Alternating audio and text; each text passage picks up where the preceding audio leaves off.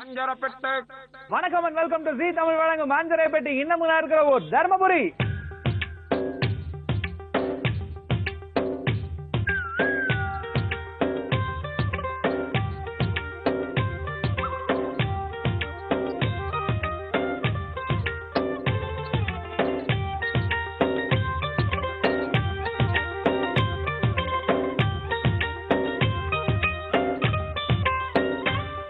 தர்மபுரி அப்படின்ற இந்த ஊருக்கு தகடூர்ன்ற ஒரு பேரும் இருக்காங்க.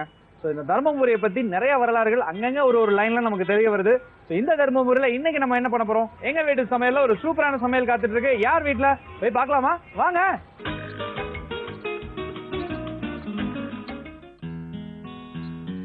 எங்க வீட்டு சமையல்ல எனக்கு வீட்டுக்குள்ள வந்தாச்சு.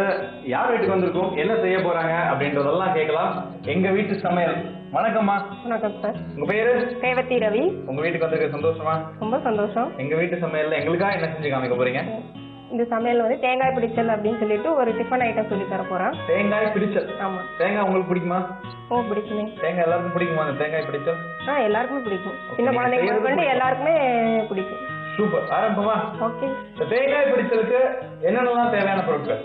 புழுங்கரிசி ஊற வச்சது, தேங்காய், புளி தண்ணீர், கருவேப்பிலை, பச்சை மிளகாய், பெருங்காயத்தூள், துவரம்பருப்பு, உளுத்தம்பருப்பு, கடுகு, வரமிளகாய், எண்ணெய், மஞ்சள் தூள், உப்பு, தூள் உப்பு. சூப்பர். இப்போ ஃபர்ஸ்ட் என்ன பண்ண போறீங்க? ஃபர்ஸ்ட் வந்து புழுங்கரிசியும் அப்புறமா அந்த தேங்காய், அந்த உப்பு மூணையுமே, கல் உப்பு அந்த மூணையும் போட்டு மிக்சியில் போட்டு அரைச்சிக்கணும். அதுக்கு தான் ரெண்டு உப்பு, கல் உப்பு, தூள் உப்பு. ஓகே, ஜார் ஓபன் பண்ணிக்கோங்க. புழுங்கரிசி எவ்வளவு நேரம் ஊற வச்சிருக்கீங்க? புழுங்கரிசி வந்து ஒரு 2 மணி நேரம். ஓகே, இந்தாங்க போடவா? தண்ணியோட தானா? ஆமா. வலிச்சு போட்டுக்கோ.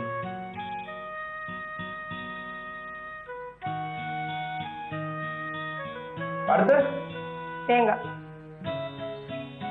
போடவா? நெக்ஸ்ட் கல் உப்பு எவ்வளவு தேவைப்படும்? அப்படியே போட்டுடலாம்.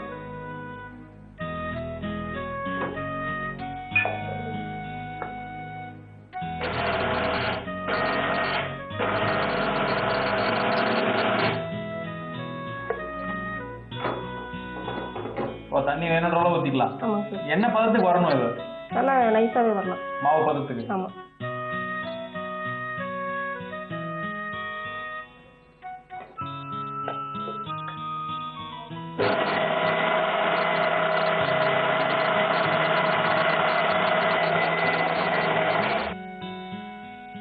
போட்ட அந்த அரிசி, தேங்காய் இதெல்லாம் போட்டிருந்தோம்ல சார், அதெல்லாம் இப்ப நல்லா ரெடியா இருக்கா என்னன்னு சொல்லிட்டு ஒரு தடவை திறந்து பாத்துடலாம். பாருங்க பாருங்க. நல்லா நைஸா இருக்குங்க சார். சரியா போகும் சார். சரிங்க. இத ஊத்திக்கலாமா? இல்லங்க சார், அதுல எல்லாம் ஊத்த வேணாம். நம்ம இதுக்குன்னு ஒரு பிளேட் இருக்கு. அதுல வந்து கொஞ்சம் நல்லா கொஞ்சம் எண்ணெய் விட்டுட்டு இந்த அரைச்சு வச்ச இதை அதுல போட்டுட்டு இட்லி மாதிரி வச்சு எடுக்கணும் சார். இட்லி ஊத்த போறோம். ஆமாங்க சார். அதுக்குதான் இவ்வளவுதா? ஆமாங்க சார். என்ன பிளேட்ல? இந்த பிளேட்ல? இந்த பிளேட்டுங்க சார். சரி. இதுல வந்து கொஞ்சம் எண்ணெய் விட்டுறணுங்க சார். கொடுங்க. இந்தாங்க எண்ணெய். போதும் சார்.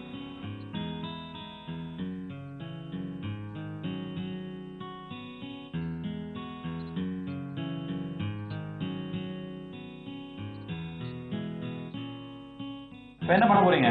இப்ப இதை வந்து இட்லி மாதிரி குக்கர்ல வச்சு எடுக்கணும் சார். அதுக்கு முன்னாடி அந்த பாசி துவரம்பருப்பு இருக்குல்லைங்க, அதையும் இப்ப நம்ம இந்த இட்லி வச்சு இதுல சேர்த்துக்க போறோம். அதனால அதையும் வேக வச்சு எடுத்துக்கணும். இந்த குக்கர்ல அதையும் வேக வைக்க போறோம். ஆமா. அப்படி சொல்லுங்க. இந்தாங்க. இதுக்கு ஒரு கிண்ணம் இருக்கு சார்.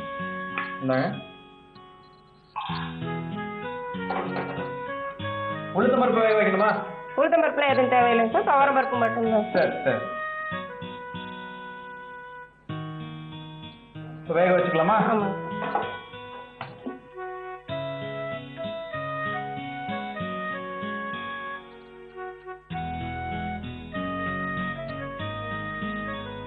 இது மேல அந்த இட்லி இதை வச்சுக்கணும் சார். முடியலாமா? முடியலாம். விசில்ல வேகணுமா இல்ல ஆவியில வேகணுமா? ஆவியில தான் சார் வேகணும். முடியாச்சு. சரி, இப்ப அடுத்து அது வேக வரைக்கும் டைம் இருக்குல்ல சார். அப்புறம் ஒரு பாட்டு வேணா பாடலாங்க சார். அதான் முதல் முறையா வந்து நம்ம அஞ்சரைப்பட்டில வாலண்டியரா நீங்களே பாடுறேன் அப்படின்னு சொல்லிருக்கீங்க. இதுக்கு பாடுறதுக்கு முன்னாடி உங்களுக்கு ஒரு பெரிய கேட்டது. என்ன பாட்டு பாட போறீங்க? விநாயகர் பத்தி. விநாயகர் பாட்டு. பெஸ்ட். ஸ்டார்ட் பண்ணுங்க. పంచాయతన వితి నిను పూజింతును జయ జయ గణనాథ. పంచాయతన వితి నిను పూజింతును జయ జయ గణనాథ. నడుమను నిలుపి ఉడలను మరసి నడుమను నిలుపి ఉడలను మరచి నిను నిందు నేను సదా పంచాయతన వితి నిను పూజింతును జయ జయ గణనాథ. தெலுங்கா? ஆமாங்க சார். அதோடா விநாயகரே வந்து இறங்கி உட்காந்த மாதிரி ஆயிடுச்சு. அந்த அளவுக்கு சூப்பரா பண்ணீங்களே. ஓகே, இந்த குக்கர் இந்த ஆவி இறங்குறதுக்கு இந்த பிளஸ் இது வேகிறதுக்கு எவ்வளவு நேரம் ஆகும்? 20 நிமிஷம் ஆகும் சார்.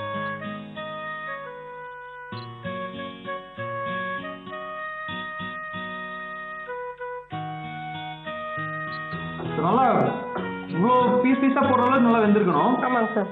பார்த்தீங்கல்ல எந்த அளவுக்கு சாஃப்டா இருக்குன்னு. பன்னீர் மாதிரி இருக்கு பாக்குறதுக்கு. அந்த பதத்துல தான் இருக்கு. கிட்டத்தட்ட ஒரு கேக் மாதிரி இருக்குன்னு வச்சுக்கோங்களேன். ஸோ இந்த தேங்காய் படிச்சல இதான் முக்கியமான ஒரு ஸ்டேஜ்னு நினைக்கிறேன். இந்த பீஸ் போடுறதுக்கு ஈஸியா வரணும். ரொம்ப வந்து மாவு மாதிரி இருக்கக்கூடாது. நல்லா கட்டியா இருக்கணும். ஆமா. ஓகே, ஸோ இப்போ நம்ம வந்து இதை என்ன பண்ண போறீங்க? இது வந்து அந்த வாணலி வச்சு எண்ணெய் ஊற்றி கடுகு, உளுத்தம் பருப்பு, பச்சை மிளகாய், வரமிளகாய், கருவேப்பிலை எல்லாம் போட்டு ஓகே அந்த வேக வச்ச துவரம் பருப்பு அதையும் போட்டு நல்லா ஒரு கிளறிட்டு அப்புறம் புளி தண்ணி கொஞ்சம் ஊற்றிட்டு மஞ்சத்தூள், பெருங்காயத்தூள் எல்லாமே போட்டுருணும். போட்டு இருக்கு. ஆமாங்க சார். இனிமேதான் வேலையே இருக்கு. இனிமேதான் வேலையே. வச்சுக்கோ.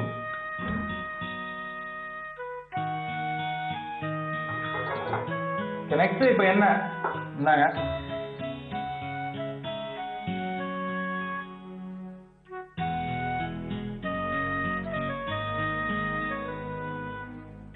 எண்ணெய் ஊத்திட்டீங்க, எண்ணெய் காஞ்சிட்டு இருக்கு. நெக்ஸ்ட் வந்து கடுகு போடணும் சார்.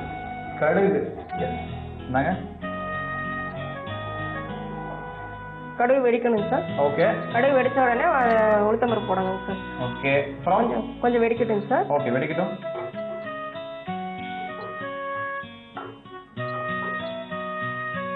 இது என்ன தர்மபுரி ஸ்பெஷலா? இல்லைங்க சார், அம்மா வீட்டுல செய்வாங்க.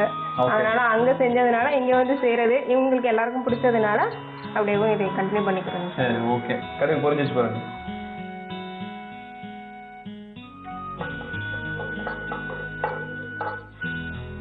கருவேப்பிலை போடணும் சார். ஓகே, போடுவா. போடுங்க சார். அப்புறமா அந்த பச்சை மிளகாய் சார். எத்தனை மிளகா? அதை அப்படியே போட்டுருங்க சார். அப்படியே போட்டுடலாம். கட் பண்ணி தான் வச்சிருக்கீங்க. 2 மிளகா. ஆமாங்க சார். அப்புறம் அந்த வரமிளகாய் சார். எதுக்கு 2 மிளகாயும் போடுறீங்க? அதான் சார், அப்புறம் டேஸ்ட் வந்து நல்லா கொடுக்கும் சார். ஓஹோ. இந்த புளி தண்ணி எல்லாம் ஊத்துறதுனால டேஸ்ட் கொடுக்கணும் சார். ஒரு 2 மிளகாய் மட்டும் போதும் சார். ஓகே. அப்புறமா அந்த வேக வச்ச துவரம் பருப்பு போடணும் சார். போடலாமா? போடலாம். கரெக்ட் எடுத்துக்கோங்க.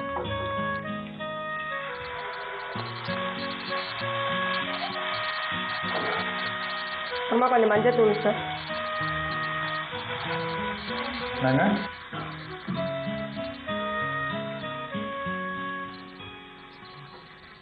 அப்புறமா அந்த தூள் உப்பு போடணும் சார். பெருங்காயத்தூள் போடணும் சார். தூள் உப்பு போட்டுட்டு அதுக்கப்புறம் பெருங்காயத்தூள். இல்லை, பெருங்காயத்தூள் போட்டு அப்புறமா பண்ணலாம் சார். ஒரு சிட்டிக்கையா? ஆமாங்க. போதுமா? ஆமாம். இப்போ தூள் உப்பு. ஆமாம். கரெக்ட் எடுத்துக்கோங்க. போதும்.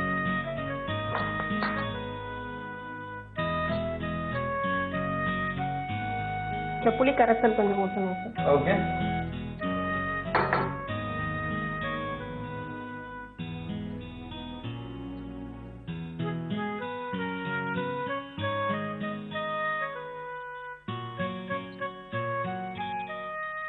ஆல்மோஸ்ட் எல்லாமே சேர்த்துட்டீங்கன்னு நினைக்கிறேன்.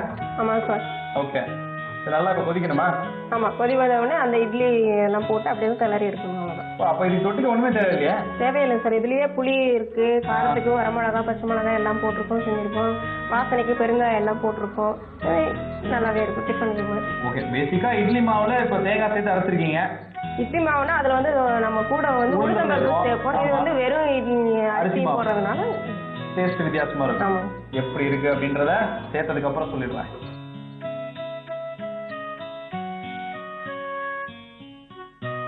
கொதி வரணும். ஆமா, கொதி வர வரைக்கும் வெயிட் பண்ணலாங்க. நல்லா கொதி வந்துருச்சு. சரி, இப்போ அந்த கட் பண்ணி வச்ச அந்த இட்லி துண்டெல்லாம் இதுல போட்டு கிளறி எடுத்துடலாம். போட்டு கிளறி எடுங்க. அதை கொஞ்சம் தணல் கொஞ்சம் கம்மி பண்ணிக்கலாம். சரி, ஓகே.